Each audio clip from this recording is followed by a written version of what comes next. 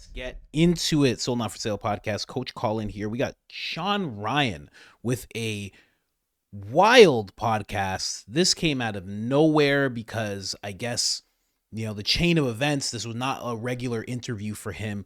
In fact, he has gone into hiding, going to disappear for a few days with his family. I'll show you proof of that in a bit, but first I want to go through this interview that he's had with someone named Sam Shoemate, a person who claims to be contacted by the Las Vegas Cybertruck assailant that has passed away, Matt Berg. This is very, very up in the air. I don't even know what to think of this, quite honestly. I'm going to show you 4 clips.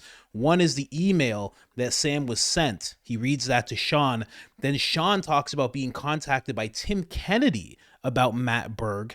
Then they speculate that his signal number changed and, kind of alluding to is he still alive? How does something like that happen? But there is an explanation there that I'll go through. And then also Shawn reads an email that Matt Berg actually sent Shawn Ryan. This whole thing is wild, but let's just get into the clips and then I'll show you some other stuff, including the tweets that are very concerning from Shawn Ryan himself. Seems that he's very scared from what he's released in this podcast. Check out the first clip. Tried to contact us, get that to the FBI.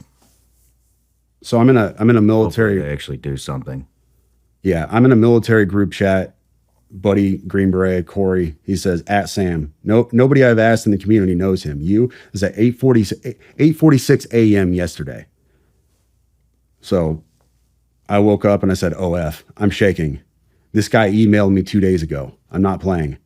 And then he said, damn. And then this was my response to him at 8:48. Just woke up. Dude, I'm shaking, bro. You don't understand.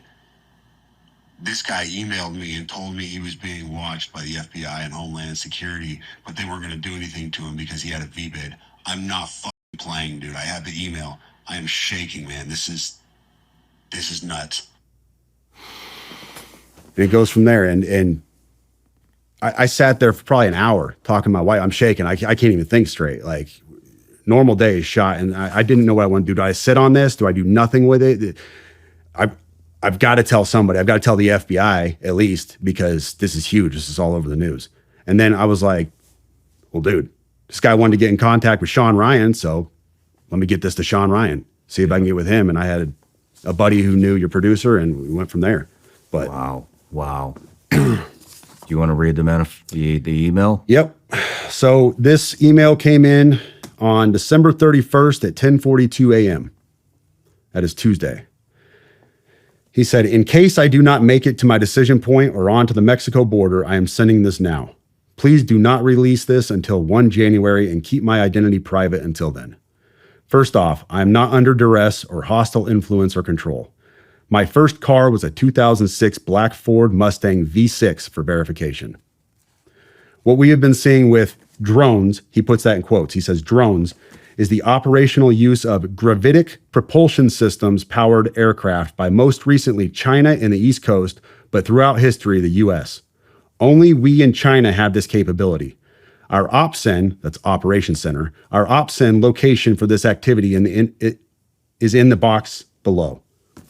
China has been launching them from the Atlantic from submarines for years, but this activity recently has picked up. As of now, it is just a show of force, and they are using it similar to how they used the balloon for SIGINT and ISR, which are also part of the integrated comm system. There are dozens of those balloons in the air at any given time. The so what is because of the speed and stealth of these unmanned aircraft. They are the most dangerous threat to national security that has ever existed. They basically have an unlimited payload capacity and can park it over the White House if they wanted. It's checkmate. U.S. government needs to give the history of this, how we are employing it and weaponizing it, how China is employing them and what the way forward is. China is poised to attack anywhere in the East Coast. I've been followed for over a week now from likely Homeland or FBI, and they are looking to move on me and are unlikely going to let me cross into Mexico, but won't because they know I am armed and I have a massive V-bid. Let me pause right there for a second. So he says a massive V-bid. When I was talking to the FBI yesterday, they didn't know what a V-bid was. I had to explain what that acronym meant, literally. You serious. Dead serious. I said it twice and he goes, you said that word VBID. Can you tell me what that is? For your audience, a VBID, for your audience who has not been in the GWOT for the last 20 years, a VBID is a vehicle-borne improvised explosive device.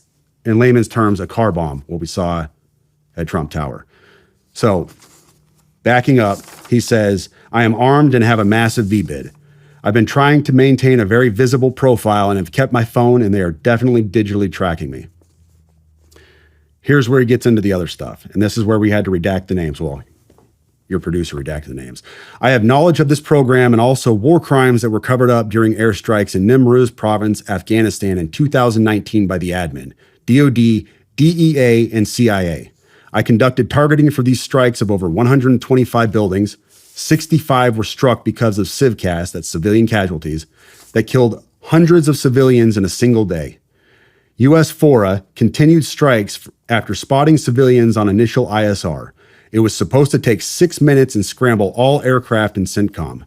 The UN basically called these war crimes, but the administration made them disappear. I was part of that cover-up with U.S. FORA, an agent, redacted, of the DEA. So I don't know if my abduction attempt is related to either. I worked with, redacted, IO staff on this as well as the response to Bala Murghab. Redacted commander at the time, redacted, can validate this. You need to elevate this to the media so we avoid a world war because this is a mutually assured destruction situation.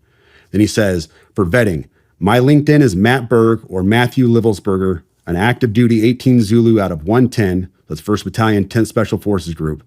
My profile is public. I have an active TSSCI with UAP, USAP access. What is USAP? Do you know what that is? I don't know what that is. But I checked his credentials on LinkedIn. So that was the first thing I did. I went to his LinkedIn page. USAP is a unacknowledged special program, I believe. Somewhere in that realm, that acronym. First thing I noticed was all of his bona fides were in place. He has all the UAS training from USASOC and everything else. And so I said, okay, at least the guy knows what he's talking about with drones. That was a very rough dig into the guy. But my issue was I couldn't validate or verify any of this information. And I told him that.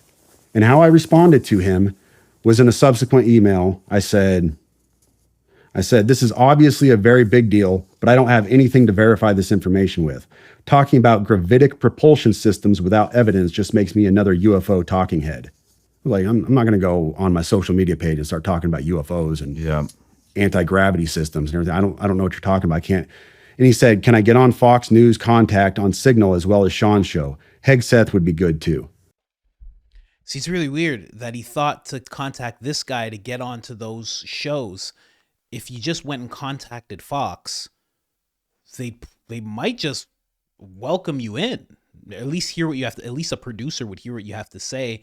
You could have contacted Sean's producer. We'll get more into that because he actually did. You could have went towards Rogan. You could have just went online, period, and just started saying what you had to say. But he chose to use this gentleman. Again, throughout this whole thing, I have to say, I'm not sure what I believe, what I don't. It's all just up in the air to me. I'm just really unsure. I mean, this gentleman, Shoemate, is in the intelligence community. That's an email. Let me just pull up a recent police report where they discuss 2 letters that Berg actually, they found these in the Cybertruck. Again, it's very hard to know what's real and what's not. And I just want to preface that as we go on, because I can't say that I just 100% believe everything that this person's saying, Shoemate. But as I go through, I'll kind of build a case for, either. But of course, you decide. Listen to this. But with that, just as a preview for as we get information, we're trying to be as transparent as possible. There were a couple pieces of content we thought were important to share for now. One is in the note application. He seemed to have 2 letters. One letter in particular, as you can see here, this is an excerpt from that letter. He says, fellow service members, veterans, and all Americans, time to wake up. We are being led by weak and feckless leadership who only serve to enrich themselves. He goes on to explain a variety of other grievances and issues, some political, some personal, a variety of other things, which we will do our best to release very quickly here. But then there's a second letter where there's some more excerpts. This one seems to be dated after the fact in that notes application. And in there, you can read a couple of the excerpts. We are the United States of America, the best country, people to ever exist. But right now, we are terminally ill and headed towards collapse. This was not a terrorist attack. It was a wake-up call. Americans only pay attention to spectacles and violence. What better way to get my point across than a stunt with fireworks and explosives? Why did I personally do it now? I need to cleanse my mind of the brothers I've lost and relieve myself of the burden of the lives I took. I'd like to just also expand on that and understand that these are just excerpts in there. He does offer additional information that is varying on the spectrum in terms of political grievances, issues about the conflicts elsewhere, not here, domestic issues, societal issues, a variety of other things, including personal challenges as well. We are intending to release those initial letters so people can understand the best they can what the person's thought process was at one point in time. However, please understand there is still a lot more content to go through, and that may change. There may be a lot more information that we recover that explains either more or shows a change in mindset at different times. Very interesting. Don't know why they don't just release it all at once.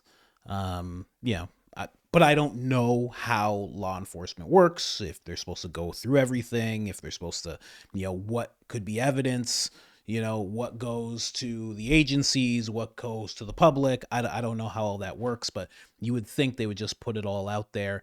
They're saying the notes application. A lot of people got confused on this. I saw in this thread, again, I repost everything on X, reposting that now. Now, a lot of people think that they found actual paper notes. It's in a notes application. So I guess they were able to recover it. I'm guessing it's from a phone since they're saying notes application. I've never been inside a Tesla because I'm not a vegan and I'm not from California. So I don't know if it has a notes application itself. So just to put that out there, let's move back to the Shawn Ryan podcast. We're going to get into Shawn Ryan discussing Tim Kennedy contacting him about Berg. Really struck me as, like I had mentioned, after our phone call, I jumped in an interview. After the interview, checked my phone, and I had several Green Berets, former Green Berets, one still active. Actually, I'm just going to say it was Tim Kennedy. Sent me a message late last night about 9 p.m. and said, hey, I should have brought my phone up here, but hey, basically that USASOC wants to give me more context on what had happened on this guy. And so first I wasn't going to take the call because I don't trust the government anymore. I don't think anybody does.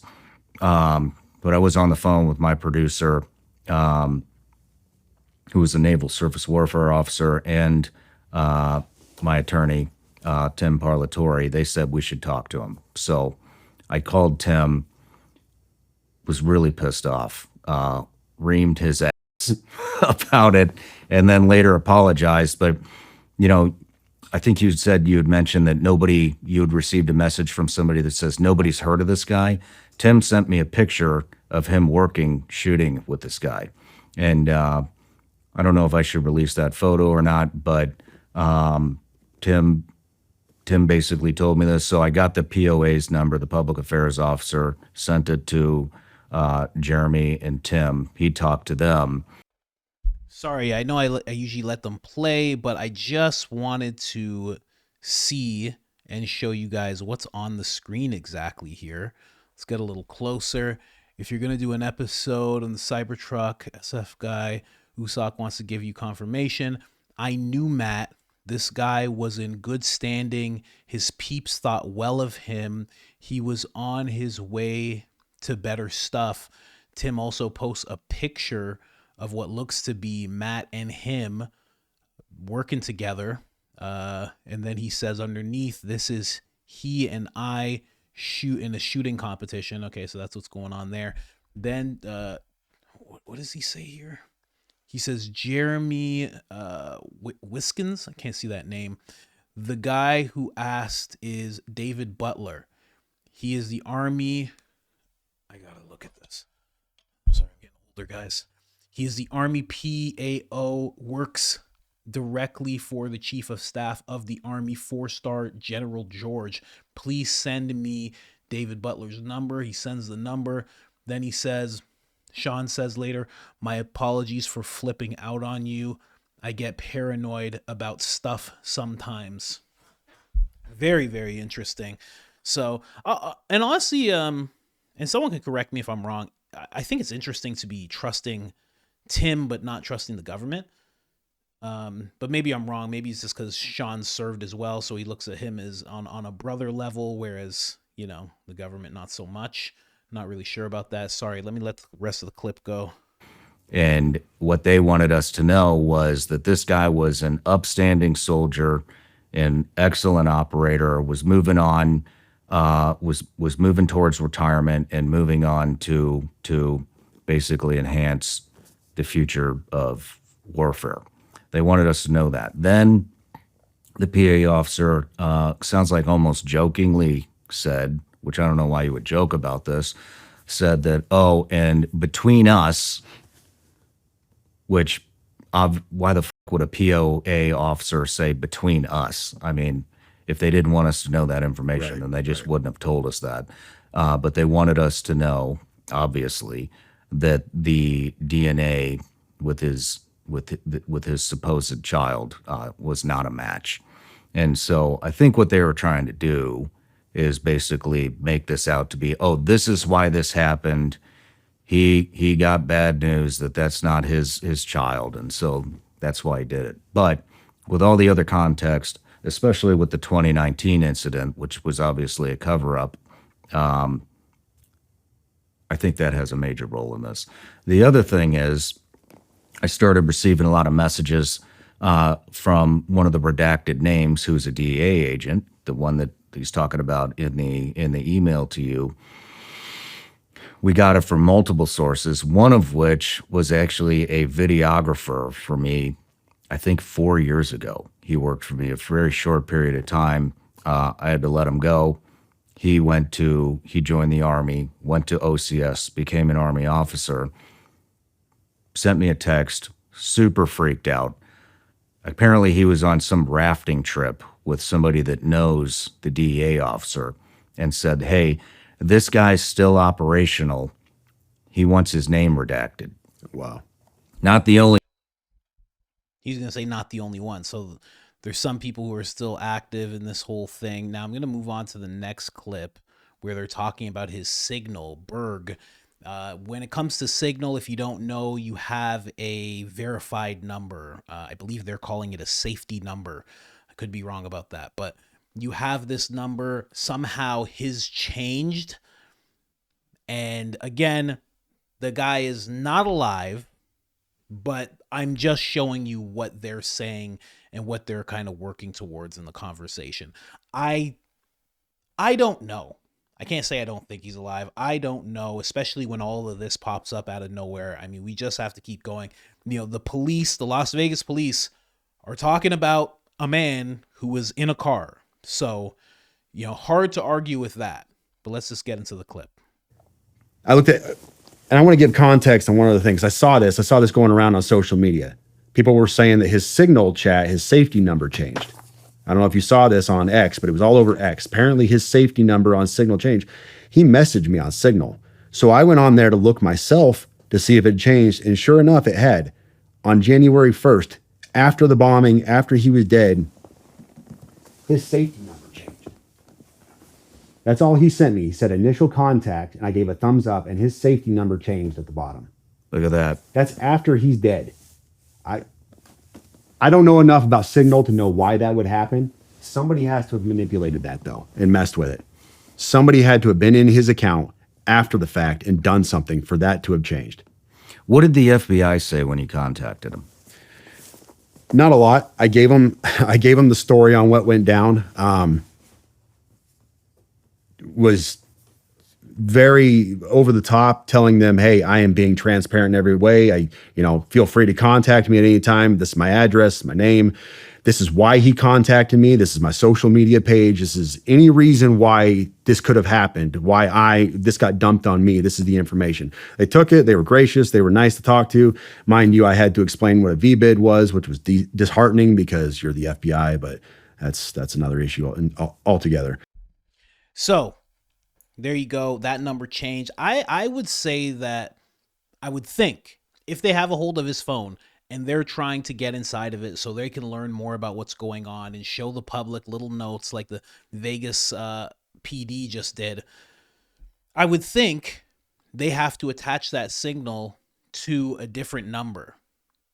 That's just my thinking, because I guess the number I'm guessing you could end up in a situation where it's a phone bill, the phone bill doesn't get paid, the account cuts off, and then maybe you lose the signal. I don't know. I'm not big on signal ever since I've heard about Tucker and what happened with him. So I'm not sure, but I don't think that's indication that he himself is still active. Again, I'm just going with what I think. Very interesting stuff. Also, he's being very open. I'm talking about Shoemate here. He's being very open to the agencies, to the authorities, just laying everything out there, which kind of makes me believe him. I really believe him as he's telling all of this information. Normally somebody says I have an email and this and that. I don't really believe them all that much, but I don't know. Again, this is someone in the intelligence community talking to someone who was in that community, talking about someone who was in that community. I don't know. Smoke and mirrors exist. I can't sit back and act like they don't exist, but I'm just trying to bring you the information so you can make your own decision. Then the last thing we're going to show here is that he actually emailed Shawn. Let's get into that clip. Well, and here's the thing. We want to know why the DOD is scrambling on this, why the FBI pushed this to them so quickly, to CID all the way up to the very top. These are very, very serious allegations. Yeah. I mean, this is like UN level opening an investigation type stuff into alleged war crimes. This is no joke. It did happen. The ripple effect is going to be massive on this. It did happen. Sorry, that was another clip. I just wanted to show that clip to show people the weight of what this gentleman was saying in this email. It is very weighty and can't be taken lightly. And Shawn Ryan didn't take it lightly. And we've already seen him actually look at somebody and say, I can't verify your information, therefore I'm not going to bring you on the show. So obviously he's done his best to verify this information. It's rather big. And I'll show you after this clip, the response from Shawn Ryan after releasing this episode is also very telling. Sam, we're back from the break. We did do a scrape of the email. Here is what we got. He actually did email us. This came in on December 29th, 2024 at 10:17 p.m. Emailed through the support desk on ShawnRyanShow.com. And by the way, all these emails will be posted on my ex account, Shawn Ryan 762, and your ex account, Samosaur. All right, here's the message traffic. Hey man, this is an active duty SFTM sergeant out of 10th. I want to blow the whistle on our activities in a certain place. I'm willing to sit down with you on the 31st in Flagstaff or do it remotely via phone. Must be done before the 31st as I'll be leaving. So we'll be sending this to the FBI as well. Love your contact. I'm also gonna hit some people I know over there, but I just, these people don't always talk. So I think it would be good to keep some continuity here. But so we did receive an email. What was this guy's? You deleted the message. The burner account on there, I did. He told me to delete it, and I did. It's a common practice. People get spooked, and they want it deleted, so I do it for them. Yeah, I was going to throw that up there, but there's tens of thousands of messages in there. Yeah. I mean, it's very obvious why he did this, I think. He wanted to bring attention to the incident in 2019 that got covered up. Do you have any insight, any theories? on this? So we had a running theory downstairs. I've seen all of the conspiracies. I've seen all the questions about, all right, this guy is what, 20-year special forces. He just got done with team sergeant time. He is a very qualified and very capable Green Beret. Everybody I've spoken to who knew the guy prior, yesterday I spoke to several people, to include his old team leader, who's now lieutenant colonel, said he was fine. Nothing out of place. His mental state was not something that anybody was concerned about. His ex-girlfriend posted photos of him bragging about how he got a Tesla and all this other stuff. So stick with me here. Very capable guy, but he loads the Tesla up. A Tesla, which Elon Musk brags about being bulletproof, right? So this is one of his selling points. It's bulletproof. We even saw Joe Rogan shoot an arrow at it and wasn't able to puncture this thing. So he loads up a Tesla knowing that it's going to, not explode like he wants it to, with fireworks and a bunch of other junk, when he can make a car bomb that's going to level this place. Here's what I think. So the PAO, the Army PAO, is saying that the body inside the cab did not match the DNA of his child. All right. We also know that there was no, they said he was shot by a Desert Eagle. We know that there was no signature when it rolled up. So nobody shot themselves when it rolled up to it. You would have seen a large signature. Mr. Guns and Gear, he's on X. He goes into this a lot in depth. He's a firearms expert and he talks about this. And there's no signature. So this is what happens. You get a Tesla because you know it can drive itself up to the hotel, the Trump Tower. You put a body in it, roll it up. It's already burned up, or it's already shot, excuse me. You don't want to kill anybody because that's not the message you're trying to send. You're not trying to level the tower or kill a bunch of people. So you load it up with fireworks and a bunch of junk to send a message. And we know that his signal number, or his signal safety number, changed. That can't be done unless you're inside that signal account. And a lot of people conjecture, was the FBI inside his signal account, whatever else. But what if he accidentally changed his safety number, goofed up there? He rolled a body up in a Tesla specifically because a Tesla can drive itself up to the tower, and did what he did to send a message to expose his stuff. And he's still alive out there somewhere. Well, That's the theory. I don't know about that, man. I don't know about that. I don't know. But what he's saying is plausible, and everything's just up in the air, especially with how erratic the past 72 hours have been on American soil. It's been a little wild, crazy. So that's a theory that's out there. I don't know about that. Again, I just wanted to bring you guys this information.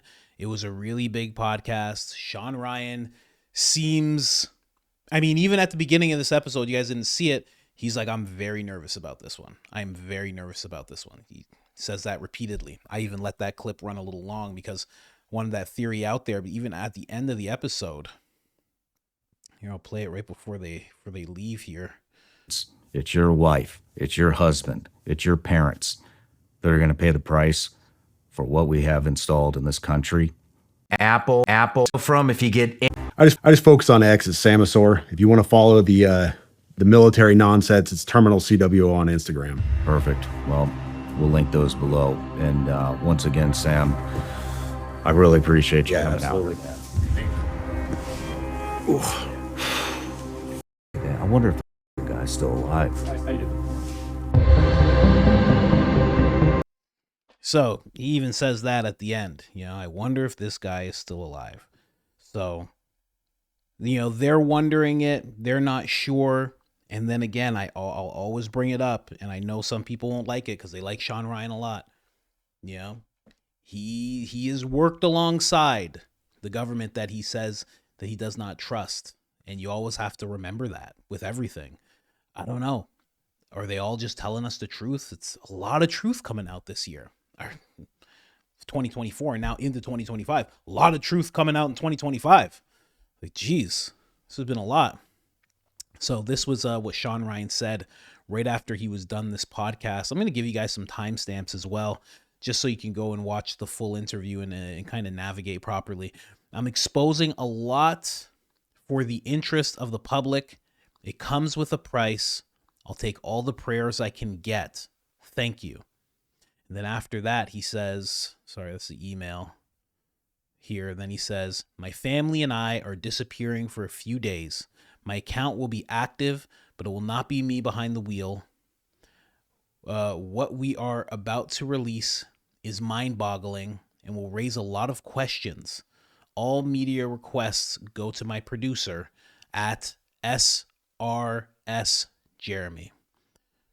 So there you have it, guys. I'm reposting everything. The timestamps on this, when he reads the email, that's at 13 minutes.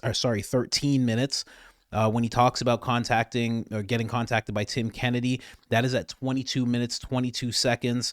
When he discusses the whole signal number changing, that's at 28 minutes, 14 seconds. When he discusses the email that Shawn received, that is at 34 minutes. So go and check it out. It's on X. It's on YouTube. Go and check it out, guys. It's only an hour long.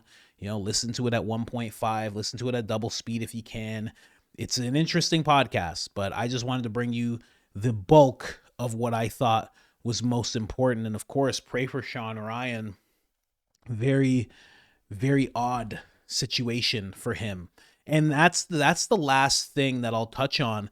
Just the fact that he reacted that way when it comes to this podcast, that he's going to go and disappear for a while because of what he's putting out. But at the same time, they're being very upfront with the authorities. So it's not, both of them were. They're being very upfront. They're being very cooperative, right? Anything that Shawn has, he wants to send it over and he wants to help. And same with the other gentleman, Sam. Both of them want to help. So for him to feel like he has to disappear for a while, it's kind of concerning. But I'm sure he'll be back. It's also kind of concerning because he is served at a high level and he could definitely handle a tense situation. I'll put it that way. So for him to be like, we have to disappear, very, very odd. I don't know what all that means. I mean, even Tim Kennedy contacted him to vouch for Berg, to talk about Berg, to say, give him a little character report in his eyes. So for him to feel like he has to disappear is just very odd. So anyways, guys, I just wanted to bring you all that. Very interesting episode. Shawn Ryan. Rogan will be talking about this very soon. I will 100% bet on that. No episodes on Saturday. There will be no episodes on Sunday of Rogan. He won't be doing anything on Monday either. Tuesday, he'll get back to it. He's a little backlogged. I think he's going to have Wes Huff on come Monday. That guy is a Christian scholar, and I think after that, he'll probably be touching on some of this stuff, if you guys care to hear what Rogan has to say. Anyways, like, subscribe, turn on the notifications, helps the channel tremendously, and other than that, I'm out.